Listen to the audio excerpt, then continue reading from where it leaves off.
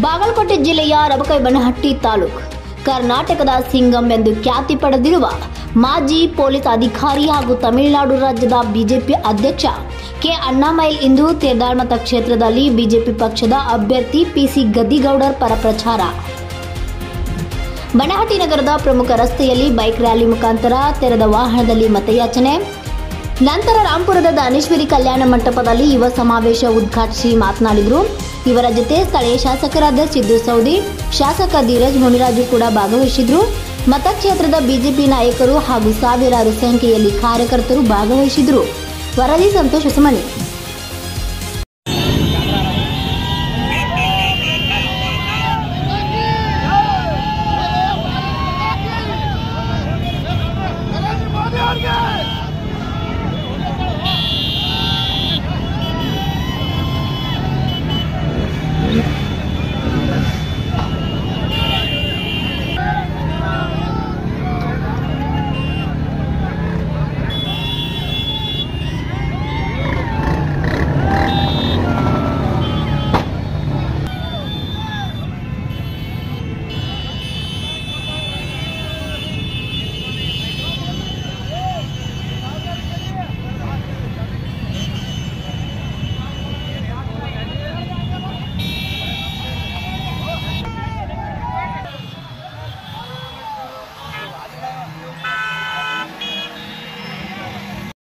ತೇರ್ದಾಳದಲ್ಲಿ ಮಾತ್ರ ಕೊಡೋಣ, 2,50,000 ನೀಡು ಬಾಗಲಕೋಟೆ ಕೊಡೋಣ. ಇನ್ನೆಲ್ಲ ತಾಯಿಯರು, ಮಿತ್ರರು, ದೊಡ್ಡವರು, ಎಲ್ಲ ಅಣ್ಣ ತಮ್ಮರು ಎಲ್ಲರೂ ಕೂಡ ಇದೀರಾ.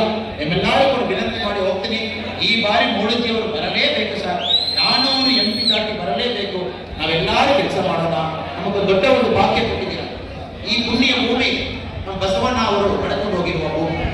ಇದೇ ಪುಣ್ಯ ಭೂಮಿಯಲ್ಲಿ ನಾನು ನಡ್ಕೊಂಡು ಬರ್ಲಿಕ್ಕೆ ಒಂದು ದೊಡ್ಡ ಒಂದು ಅವಕಾಶ ಮಾಡಿ ಕೊಟ್ಟಿದ್ದೀನಿ. ಈ ಪುಣ್ಯ ಭೂಮಿಯಲ್ಲಿರುವ ಎಲ್ಲಾ ಜನರು ಕೂಡ ಒಳ್ಳೆ ರೈತರು, ಒಳ್ಳೆ ಜನ ಈ ಭಾಗದಲ್ಲಿ ಇದ್ದಾರೆ.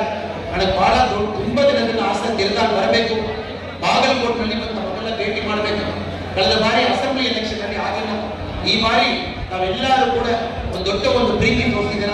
ತಮ್ಮೆಲ್ಲರೂ ಕೂಡ ನಮ್ಮ ಪ್ರೀತಿ ಧನ್ಯವಾದ ಹೇಳಿ ನನ್ನ ಮಾತು ಮುಗಿಸ್ತೀನಿ ಸರ್. ಧನ್ಯವಾದ.